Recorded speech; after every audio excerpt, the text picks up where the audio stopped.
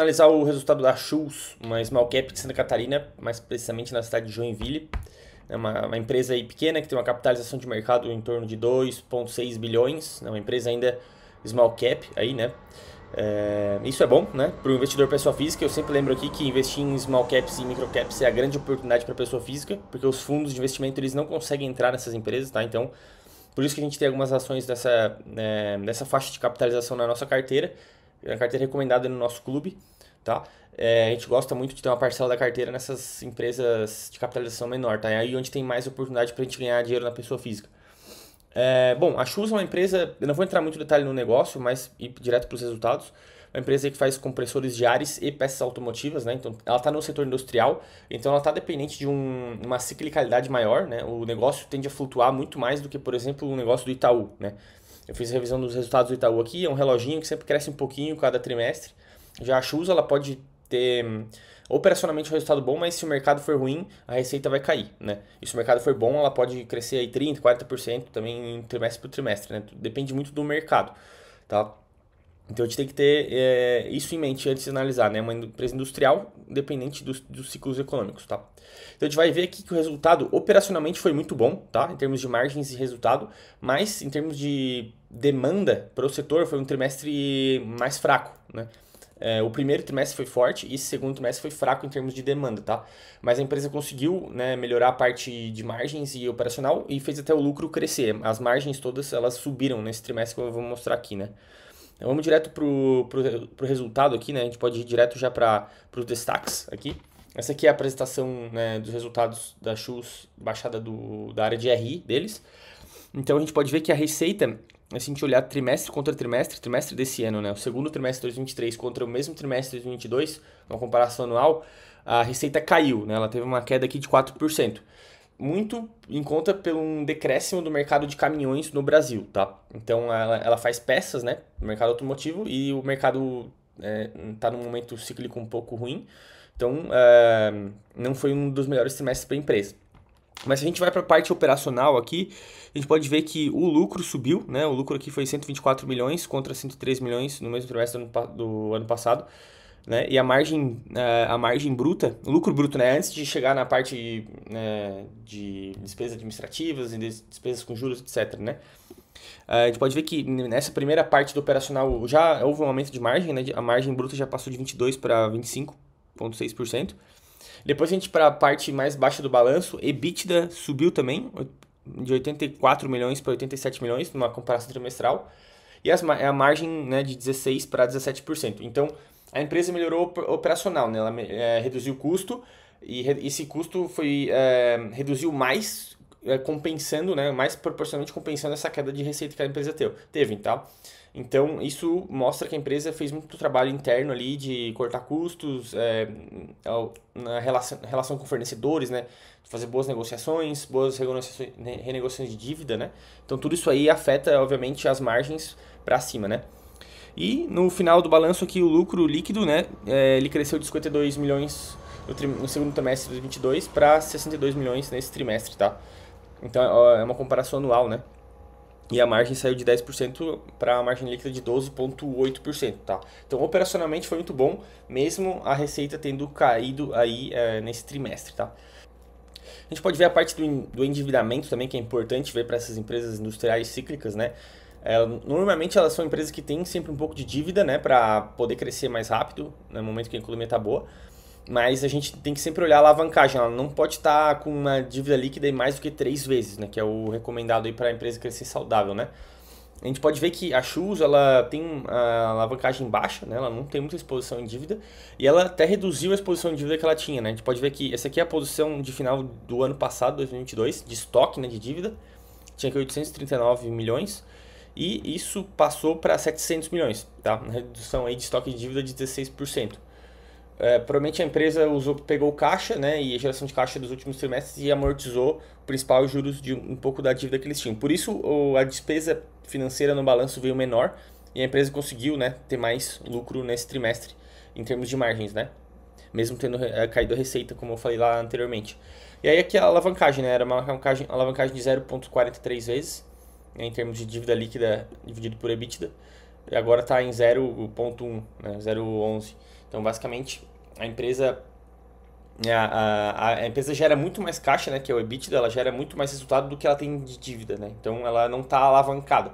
Normalmente a empresa muito alavancada ela vai ter uma dívida muito grande que a geração de caixa dela num período não consegue pagar essa dívida, né? Ela tem que gerar vários anos de caixa para cobrir todo esse estoque, né? É a conta mais ou menos que o mercado faz aí para alavancagem, né? Então vamos dar uma olhada aqui sobre a Shoes em termos de valuation, né? Vou abrir aqui fundamentos, vamos olhar os números aqui gerais para ver se realmente está valendo a pena uma empresa que tem esse tipo de resultado aqui, né? Como eu falei, é uma empresa de capitalização baixa ainda, né? 2,6 bi, né? Uma small cap. Isso é bom, tem bastante espaço ainda para a empresa crescer, né? Se ela for subindo o lucro aí como ela tem feito nos últimos anos, não é difícil sim que a empresa dobre de tamanho, por exemplo, triplique, né? Ao longo dos próximos anos. Não estou dizendo que é isso que vai acontecer, mas tem esse espaço, né? Existe esse espaço para a empresa crescer. Então, acho que tem uma simetria boa para investir nesse tipo de empresa. Óbvio que tu vai regular essa exposição na tua carteira. Não precisa botar 10%, 15%. Pode botar 5%, por exemplo, né? Empresa que tem mais risco, por ela depender muito da economia, né? Mas eu acho que pode ser uma boa aposta. O PL é baixo aqui, a gente pode ver um PL abaixo de 10, né? Para uma empresa que crescendo o lucro aí numa taxa de mais de 2 dígitos, né? Ao ano. Isso é bom. EV/EBITDA também baixo, 6. Se comparar com a indústria, está abaixo do que a média de outros pares aí. E a empresa é muito rentável, né? A gente pode ver que ROI aqui, eles são muito altos, né? Na casa de mais de 20%. Então, a rentabilidade sobre o capital, né? Ou seja, o dinheiro que eles têm em caixa, eles investem no negócio deles, é um negócio bom, né? É um negócio que retorna bem mais do que a Selic aí. Dá pra gente ver aqui no indicador fundamentalista, né? Que esse ROIC, aqui é o histórico do ROIC trimestral, ele é variável, né, pela ciclicalidade do negócio. Vai ter momentos que as matérias-primas vão estar mais caras, outros momentos a economia vai estar ajudando muito mais em termos de demanda. A empresa consegue renegociar melhor os clientes e os fornecedores. Então, esse retorno sobre o capital ele vai variando, né, pela ciclicalidade do negócio. Mas dá para ver que nos últimos trimestres aqui está aumentando, tá? Então, isso é um ótimo sinal, essa subida aqui de janeiro de 2021 a janeiro de 2023. Isso aqui tem muito a ver com gestão da empresa, tá? Eles estão cada vez mais descobrindo onde botar o dinheiro lá na empresa e em que negócio novo abrir, que fábrica nova expandir, né? Então, isso aqui é muito bom, tá? Esse aumento de retorno sobre o capital investido trimestre a trimestre na empresa, tá? Aqui só para mostrar um pouco também o histórico de rentabilidade da Shoes, é muito bom. A gente pode ver aqui nessa parte aqui de oscilações, aqui na parte esquerda, né? Essa aqui é a variação percentual da ação em cada ano. É para ver que é tudo positivo, né? Nos últimos anos, ó. Ela cresce aí de 40% a 30% ao ano, né? Quase todos os anos. Em 2023 a ação já subiu 63%. E mesmo assim ainda vale 2,6 bi, né? A gente pode ver que tem bastante caixa, né? 650 milhões, uma empresa que vale 2,6 bi, uma boa parte de caixa aí nessa capitalização. E como eu falei ali, ela não é muito alavancada, né? A dívida bruta aqui é 700 milhões e ela tem 600 milhões em caixa. Então a dívida líquida ela fica em 50 milhões. Um EBITDA anual dela já paga várias vezes a dívida líquida. Então isso, num cenário de estresse de mercado, a empresa não se complicaria, né? Ela teria em caixa para pagar a dívida e segurar ali o tranco, né, com caixa se tiver alguns trimestres ruins na economia. Por isso, é uma empresa bem gerida, né, em termos financeiros e pode aproveitar, se a economia melhorar, aproveitar aí de uma conjuntura melhor, tá? Vamos olhar aqui também no Status Invest, o histórico dos múltiplos, principalmente lucro aí, vamos botar, né? Preço-lucro já foi bem mais alto em momentos que tinha mais otimismo com a economia esperava que ia crescer mais, logo empresas industriais esperavam crescer mais lucro. Então o PL já foi aí acima de 10, muitas vezes, mas nunca foi muito alto e agora está até abaixo da média ainda. A média aí é de 8,65 e o PL está em 8,24 vezes, tá? Um PL aceitável para esse nível de crescimento de lucro. Vamos ver aqui como que está o crescimento de lucro trimestre. A gente pode ver que é uma empresa que cresce lucro, né? Esse aqui é o resultado anualizado, né? A gente pegar trimestres isolados, dá para ver que a empresa tem crescido o lucro nos últimos anos, né? Então, o resultado tem sido bom e mesmo assim o PL ainda está abaixo de 10, né? Então, uma empresa que cresce bastante o lucro, a 2 dígitos ao ano, tem um PL abaixo de 10, é uma boa simetria, né? Tu tá comprando uma empresa barata que cresce. Então, tem espaço aí para tu operar a valuation, né? Então é isso, pessoal. Essa foi a revisão aí dos resultados da Schultz.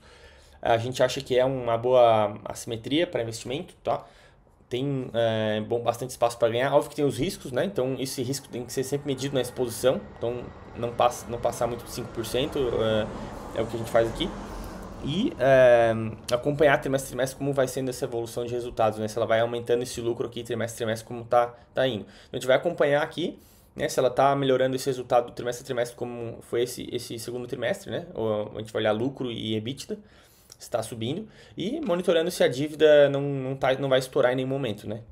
Aparentemente ela parece estar bem segura em termos de dívida, né? A alavancagem nem passa de 0,1 vez, então tá bem tranquilo. E aí é só monitorando e esperando aí ao longo dos trimestres, beleza, pessoal? Peço aí só para quem tá curtindo os vídeos aí dar um like, se inscrever no canal, tá? Vou deixar o e-mail das mentorias e da assinatura da nossa carteira também aqui na descrição. Quem quiser trocar uma ideia é só mandar um e-mail aí, a gente conversa, beleza? Valeu, abraço, tamo junto.